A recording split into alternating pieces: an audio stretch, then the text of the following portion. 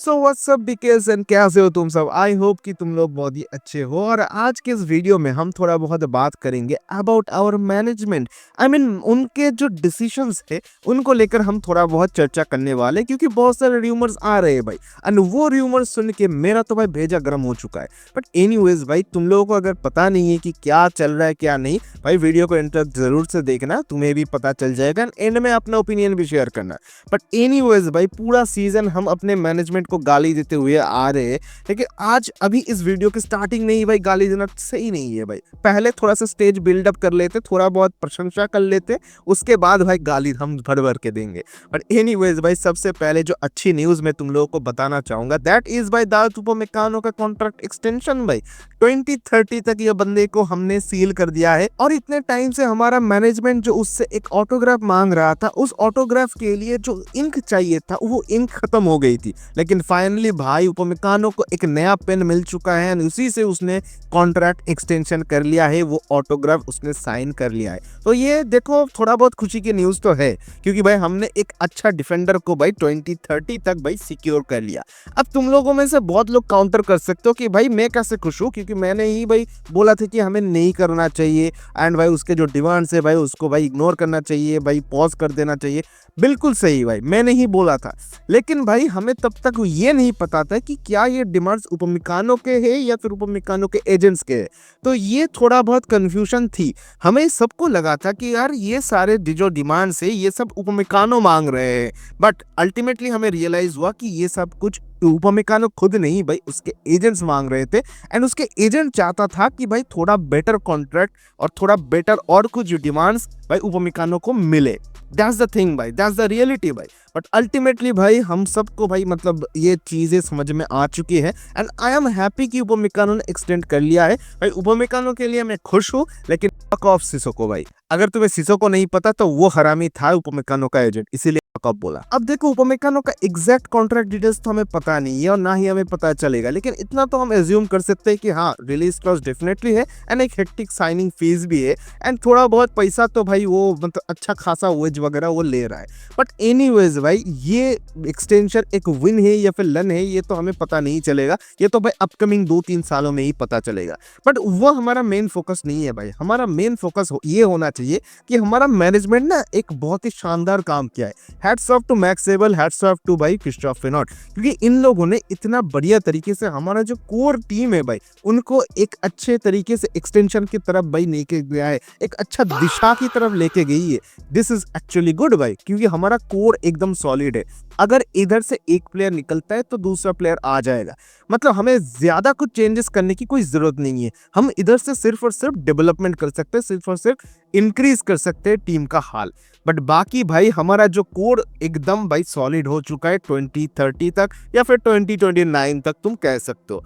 तो अल्टीमेटली ये जो काम किया है भाई मैक्स सेबल ने, इसके लिए भाई हैट्स ऑफ भाई, मतलब प्रॉपर सैल्यूट ठोकनी चाहिए भाई इज्जत से। बहुत बढ़िया माहौल सेट कर दिया है, पूरा हाइप अप कर दिया है बोर्ड को। अब आते भेजा गर्म करने वाली बात पे। तो बात कुछ ऐसा है कि कोनराड लाइमर एंड बायर्न म्यूनिख का जो कॉन्ट्रैक्ट एक्सटेंशन की बातचीत चल रही थी उस पे भाई लगाम लग चुका है। अब ये वाली न्यूज भाई पहले बिल्ड ने रिपोर्ट की थी जब मैंने उतना ज्यादा फोकस नहीं किया था।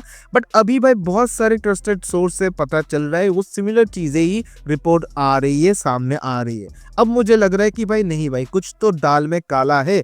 एंड जो रिपोर्ट सुनने में आया है दैट इज भाई कोनराड लाइमर को थोड़ा सा ज्यादा वेजेस चाहिए। उसने डिमांड किया है 15 मिलियन का ओवरऑल एक पैकेज, इंक्लूडिंग ऑन बोनस, इन मतलब सब कुछ मिला के 15 मिलियन के आसपास, उससे ज्यादा नहीं, उससे कम ही भाई मतलब उसको चाहिए। बायर्न बोर्ड जो करेंटली ऑफर करता है कोनराड लाइमर को वो है 8 to 9 मिलियन के आसपास एक ग्रॉस सैलरी। मतलब तुम समझ सकते हो कि 9 मिलियन के आसपास वो अर्न करता है करेंटली। उसको थोड़ा बहुत एक्सटेंशन कर सकते थे हम, शायद से बायर्न बोर्ड का ऐसा कुछ था कि 10 या फिर 13 ऐसा कुछ बीच में देंगे, लेकिन उसका डिमांड है 15। अब बायर्न बोर्ड को लगता है कि ये बहुत ज्यादा है एंड वो लोग नहीं देना चाहते। ये सुन के ना मेरा दिमाग खिसक गया है। द थिंग इज कि भाई अगर हम सर्ज ग्नैब्री जैसे एक प्लेयर को 15 मिलियन के सैलरी दे सकते हो इंक्लूडिंग बोनस, एक ऐसा बंदा जो पिछले 3 सालों में हकते हुए आ रहा है, इस सीजन के स्टार्टिंग के फेज में थोड़ा बहुत बेटर परफॉर्मेंस की वजह से हमने 2 साल का कॉन्ट्रैक्ट एक्सटेंशन करके दिया।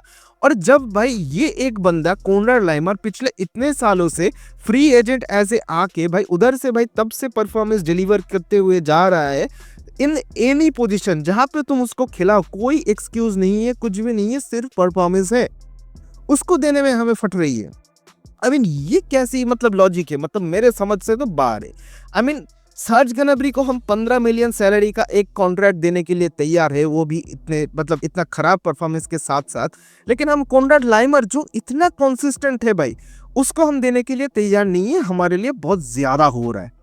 आई मीन ये कैसा है भाई, मतलब ये कौन सी दुनिया चल रहा है भाई। देखो गनाब्री के एक्सटेंशन के मैं अगेंस्ट नहीं हूँ, क्योंकि वो एक अच्छा स्क्वाड प्लेयर है, उसको हम मल्टीपल पोजीशंस पे खिला सकते हैं एंड थोड़ा बहुत उसका फॉर्म अभी अच्छा चल रहा था, तो इसीलिए भाई उसको कॉन्ट्रैक्ट एक्सटेंशन देना बनता है भाई, ठीक है।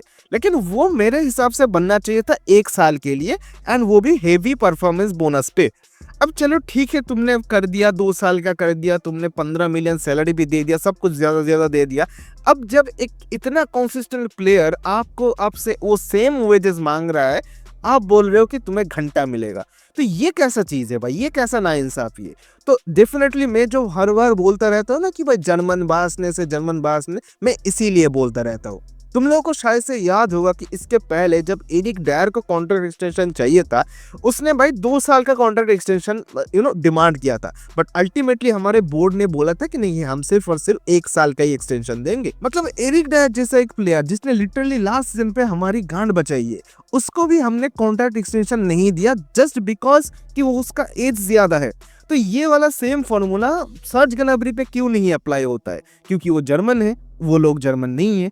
तो यही सेम चीज है ना भाई, मतलब मुझे समझ में नहीं आता है एंड हमारा बोर्ड का ये सारे डिसीजंस मुझे मेरे दिमाग को मतलब थोड़ा सा खा रहा है। अब देखो तुम लोगों का क्या ओपिनियन है, तुम लोग भाई बता सकते हो इन कमेंट सेक्शंस। हो सकता है कि मैं कुछ मिस कर रहा हूँ, हो सकता है कि मैं कुछ गलत बोल रहा हूँ, सो प्लीज तुम लोगों का जो अपना थॉट्स है, अगर मैं कुछ गलत बोल रहा हूँ तो share your thoughts in the comment sections. Comment box खुला है भाई। अब इस चीज को मैंने थोड़ा सा बायर्न मैनेजमेंट के पीओवी से भी देखने की कोशिश की एंड मुझे एक चीज रियलाइज हुआ कि शायद से बायर्न बोर्ड अपने राइट बैक पे एक अपग्रेड चाहता है एंड डेफिनेटली हमें पता है कि हाँ एक अपग्रेड चाहते हैं हम, जियोवरे रेड से काफी टाइम से भाई लिंक्ड है, लेकिन क्या वो एक अपग्रेड है या फिर वो अभी भी रेडी नहीं है टॉप परफॉर्मेंस के लिए, स्टार्टर बनने के लिए, ये हमें नहीं पता है। लेकिन वो बंदा डेफिनेटली एक अच्छा पोटेंशियल है, काफी यंग है और उसको आई फील कि अभी भी थोड़ा बहुत टाइम लगेगा। आई मीन एटलीस्ट 2 साल तो लग ही जाएगा भाई परमानेंट स्टार्टर बनने के लिए। शायद से बायर्न बोर्ड कुछ इस तरीके से सोच रहा है कि लाइमर को as a backup right back रखेंगे एंड भाई जो जियोवरे रेड को हम साइन करेंगे उसको हम परमानेंट स्टार्टर बनाएंगे। लेकिन भाई आई स्टिल फील कि ये वाला एंगल भी सही है, मतलब गलत नहीं है, लेकिन ये वाला बहुत रिस्की है। क्या रेड अभी भी टोटली रेडी है to take over that position and Limer को बैकअप पे खिलाना, क्या ये सही डिसीजन है? आई डोंट थिंक सो भाई। आई मीन थोड़ा बहुत हमें टाइम देना चाहिए कि रेड थोड़ा बहुत डेवलप करे, थोड़ा बहुत अंडरस्टैंड करे, उसके बाद धीरे धीरे वो स्टार्टर बने, फाइट करे। ये मैं चाहता हूँ, ये एक कंपटीशन में चाहता हूँ। तो आई स्टिल फील कि यार कोनराड लाइमर में वो कैपेबिलिटीज है, अभी भी 2 साल तक वो हमारा स्टार्टर रहेगा और जिस हिसाब से ये बंदा रेगुलर पे उसको मिनट्स वगैरह मिल रहा है, उसको डेफिनेटली भाई ये सैलरी मिलना चाहिए। तुम अगर उपमेकानो को इतना हाई सैलरी दे सकते हो, गनाब्री को इतना हाई सैलरी दे सकते हो, तो फिर भाई लाइमर भी डिजर्व करता है। मैं बस इतना ही कहना चाहूंगा भाई। तो इसीलिए मेरा तो यही ओपिनियन रहेगा अबाउट दिस थिंग। बाकी तुम लोग बताओ यार कमेंट सेक्शन पे कि तुम लोगों का क्या थॉट्स है। बाकी आज का वीडियो बस इतना ही था भाई। अगर तुम्हें वीडियो पसंद आया तो लाइक कर देना एंड वीडियो को थोड़ा सा हाइप अप कर देना। यार व्यूज नहीं आ रहे भाई, ऑनेस्टली स्पीकिंग थोड़ा हाइप अप कर देना भाई। बट एनीवेज भाई अगर पसंद आया तो भाई सब्सक्राइब भी कर देना। मिलते हैं भाई आज के रात के वॉच अलोंग पे वाटर ब्रेमेन वर्सेस बायर्न में। नहीं भाई, सी यू गाइस, मियां